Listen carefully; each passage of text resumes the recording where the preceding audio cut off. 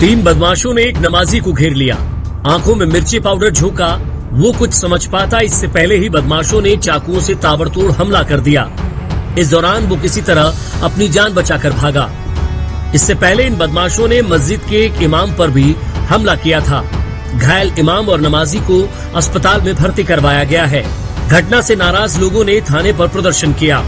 अगर 24 घंटे में इन नफरती द लाइव टीवी, सच सबसे आगे। दोस्तों, द लाइव टीवी देख रहे हैं आप, आपके साथ मैं हूं आदिल खान आजाद। जब छोटे छोटे बच्चों को जहरीले भाषण सुनाए जाएंगे, जंतर मंतर ले जाया जाएगा, कहा जाएगा सुनो तुम्हारा हिंदू राष्ट्र नहीं बन रहा, हिंदू खतरे में, तो क्या होगा? वो बच्चे भड़क जाएंगे, जहर से भर जाएंगे और लोगों पर हमला करने लगेंगे। हो सकता है वो उग्रवाद के रास्ते पर चले जाएं। कट्टरपंथी तो वो बनी चुके हैं और मध्य प्रदेश में इसकी वानगी देखने को मिली। खंडवा में इतवार के दिन एक मस्जिद के इमाम और उनके साथी पर चाकू से हमला बोल दिया गया और कुछ लड़कों ने हमला बोला, नई नस्ल के, नई उम्र के लड़कों ने। अब पुलिस तो ये कह रही है कि इन्हें जो पकड़ लिया है, इनमें से 3 आरोपियों को, वो नाबालिग हैं। सीसीटीवी के कैमरे की मदद से इन्हें गिरफ्तार तो कर लिया है, 2-3 फरार बता रही पुलिस का, जो मैंने स्टेटमेंट पढ़ा। लेकिन पुलिस पूछताछ में यह भी पता चला कि ये कथित नाबालिग गुंडे, ये दंगे के प्लान रचने वाले उज्जैन के गैंगस्टर दुर्लभ कश्यप से प्रेरित थे और शहर की फिजा को खराब करना चाहते थे, इसीलिए हमला किया था। क्या ये वाकई उस कश्यप से प्रेरित थे या किसी संगठन के इशारे पर चल रहे थे जो बहुत पहले से देश में दंगे कराता आया हो शायद? तो क्या पुलिस को और तफ्तीश नहीं करनी चाहिए? कोई ऐसा संगठन भी तो कहीं एग्जिस्ट नहीं करता। दरअसल इतवार के दिन रात में नाबालिग, इन लड़कों ने, जो इन नाबालिग कहे जा रहे हैं, उन्होंने इमाम पर हमला कर दिया जो मोटरसाइकिल से अपने साथी के साथ जा रहे थे। वो उतर के चले थे मोटरसाइकिल लगा के, तभी उनकी आंखों में मिर्चें झोंक दी गई और फिर चाकू से उन पर हमला बोल दिया इन लड़कों ने। अब घटना हुई तो मुस्लिम समुदाय को खबर लगी। मुस्लिम समुदाय अपने इमाम पर हुए हमले को देखते हुए आक्रोश में आ गया और थाना परिसर में धरना दे दिया।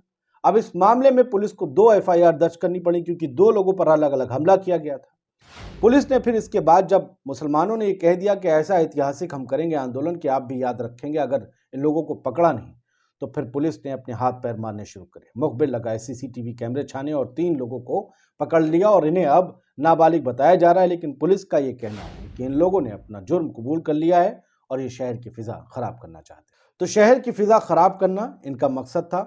पुलिस की सूचना पर आरोपियों ने यह बताया कि वो उज्जैन के गुंडे दुर्लभ कश्यप से प्रभावित थे। आई डोंट नो, पुलिस को इन्होंने ये बताया। इसके बाद पुलिस ने अपनी जांच क्या इस नजरिए से बंद कर दी, कहीं किसी के इशारे पर सरहद पार से तो ये लोग नहीं टैकल हो रहे थे।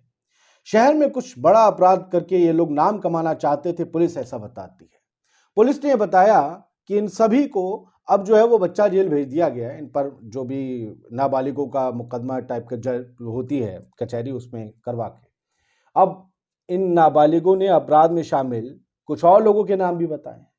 पुलिस इनकी जो है उस मामले में जांच कर रही है, कह रही उन्हें भी गिरफ्तार करेंगे। लेकिन क्या पुलिस इस बारे में जांच करेगी कि कहीं इन्हें किसी संगठन ने इस चुनावी राज्य में हायर तो नहीं किया दंगे भड़काने के लिए, कि इन पर एक तो शक भी कम जाएगा कि नाबालिग लड़के ऐसा काम कर सकते हैं, और अगर ये लड़के पकड़ भी गए तो फिर इन्हें सजा नहीं होगी क्योंकि नाबालिग हैं।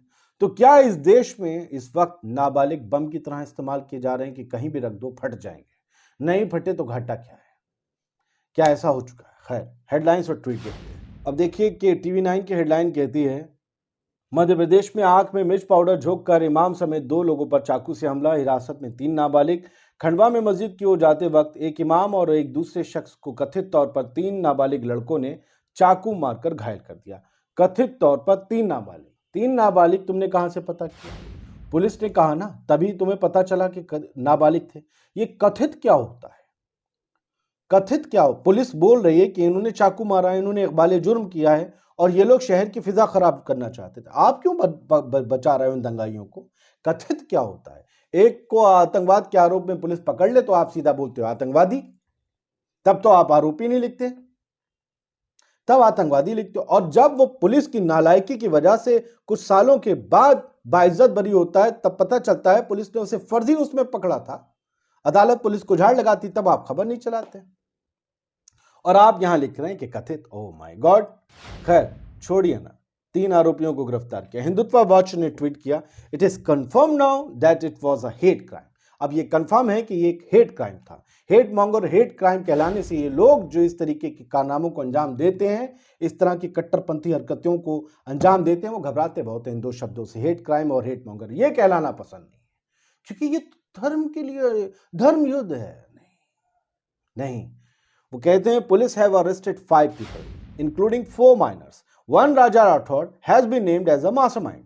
अब वो कहते हैं कि पुलिस ने 5 लोग गिरफ्तार किए, 4 नाबालिग हैं, राजा राठौड़ जो है वो मास्टरमाइंड कहला रहा है। अब यहां ये कंफर्म कर रहे हैं कि 5 लोग पकड़ गए।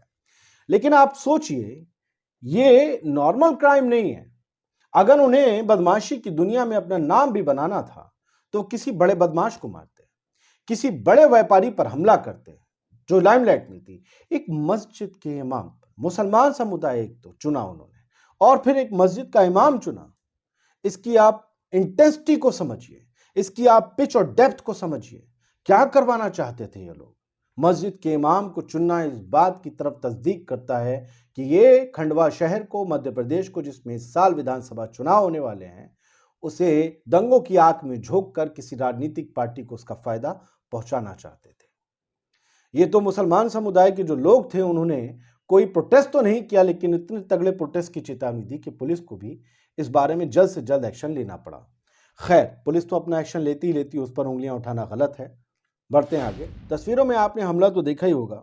इमाम और उनके साथी मोटरसाइकिल लगाकर पैदल थोड़ा आ रहे थे, तभी उनकी आंखों में मिर्चें झोंकी गईं और उसके बाद जो है उन पर चाकू से हमला किया गया। इसके बाद वो एक शख्स को दौड़ाते हैं, उस लड़के को उनमें से, और जो है उसके बाद एक गिर पड़ता है। लेकिन भाई कदो कामत से आप देखिए उन लड़कों की, कहीं वो नाबालिग नहीं लग रहे हैं। मुझे पता नहीं कि क्या उन्होंने अपने नाबालिग होने का कोई असली दस्तावेज पुलिस के सामने पेश किया है, या सिर्फ पुलिस ने उनके इकबालिया जुर्म के आधार पर ही उन्हें नाबालिग घोषित कर दिया है। ये बातें तो जांच के बाद में आएंगी, लेकिन पुलिस को यह भी पता न लगाना चाहिए कि कोई ऐसा तो नहीं है कि उनके पीछे कोई कट्टरपंथी, कोई राइट विंग, कोई उग्रवादी संगठन है, कोई आतंकवादी संगठन है जो उन्हें पैसे देकर ऐसे जुर्म करवा रहा है जिससे शहर की फिजा खराब हो, प्रदेश की फिजा खराब हो और उसके बाद देश का ताना बाना सेकुलर फैब्रिक टूट जाए। खैर, अलीम अली लिखते हैं, लगातार खंडवा मध्य प्रदेश में मुस्लिम समुदाय के लोगों को निशाना बनाया जा रहा है। आज भी मस्जिद के इमाम साहब को और उनके साथ वाले लड़के पर चाकू से जानलेवा हमला किया गया, कुछ आतंकवादी लोगों के द्वारा। अब ये उन लड़कों को आतंकवादी कह रहे हैं।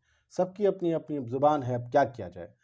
देखिए, दैनिक भास्कर ने लिखा, दुर्लभ कश्यप के फैन हैं इमाम को। अब दुर्लभ कश्यप बताया जाता है कि बदमाशी की दुनिया का कोई खलीस कीड़ा है जिसके ये फैन थे, और ये वैसे ही कीड़ा बनना चाहते थे जुर्म की दुनिया का, लेकिन इन्होंने उसमें जाने से पहले इमाम को निशाना बनाया और जो है अपना नाम कमाने की कोशिश की। जबकि मुझे इसमें कुछ और चीज़ नज़र आ रही है, लेकिन हो सकता है मैं गलत हूँ। ये सारी चीज़ें तो और जांच के बाद में आएंगी। दैनिक भास्कर लिखता है, दुर्लभ कश्यप के फैन है इमाम को चाकू मारने वाले। मारपीट के आरोपी ने जेल से छूटते ही 3 नाबालिगों के साथ वारदात की। ये जो राजा राठौड़ था, जो इसमें नाबालिग नहीं है इस ग्रुप में पूरे में, यही इनका हेड बताया जा रहा है, और ये कल ही जेल से परसों छूट कर आया था। उसके बाद उसने इस जो है सैटरडे को छूट के आया था और संडे को इस घटना को अंजाम दे डाला। तो ये आदतन दंगाई या कट्टरपंथी या उग्रवादी किस्म का आदमी है जो दंगे करवाने की फिराक रच रहा है। जो द मुस्लिम लिखता है, मध्य प्रदेश के खंडवा में मस्जिद के पेश इमाम हाफिज शेख हुजैफा और उनके साथी शेख तलहा का हिंदू संगठन द्वारा चाकू मारकर हत्या का प्रयास किया गया। अब इन्होंने उसे हिंदू संगठन से जोड़ दिया। आप कैसे रोक लेंगे किसी को? आप रोक ही नहीं सकते, क्योंकि लोग अपनी अपनी प्रतिक्रिया देंगे, और यही वजह थी पुलिस ने गंभीरता दिखाते हुए इस मामले में नेक्स्ट स्टेप ले लिया। शेख शकील ने लिखा है कि मध्य प्रदेश में माहौल बिगाड़ने की साजिश, खंडवा में मस्जिद के इमाम और नमाजी को मारा था चाकू, पुलिस ने किया खुलासा, 3 गिरफ्तार, 2 की तलाश जारी। अब ये नहीं पता कितनी अपडेट्स इसमें आ गई हैं और कितनी आनी बाकी हैं, लेकिन एक बात तो तय है, जिस तरीके से नफरत का माहौल बनाकर देश के नौजवानों को उनके कारोबार, रोजगार, उनकी नौकरी के सवालों से बरगला कर उन्हें क्राइम के रास्ते पर, उन्हें कट्टरपंथ के रास्ते पर, उन्हें किसी राष्ट्र के किसी धर्म के नाम पर बनाने जा रहे एक राष्ट्र के नाम पर भड़काया जा रहा है, बहकाया जा रहा है, वो इस देश के लिए हानिकारक है, वो इस देश की युवा नस्ल के लिए हानिकारक है। और आने वाले हो सकता है कुछ सालों में अगर यही हाल रहा हमारे देश के युवाओं का, तो बाहर के लोग हमारे यहाँ के लोगों को नौकरी देने से कतराने लगे। तो बेहतर होगा अपने बच्चों को प्यार करना सिखाइए।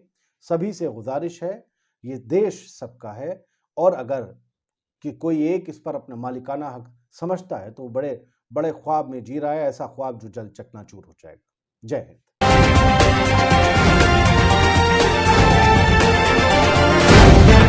द लाइव टीवी, सच सबसे आगे।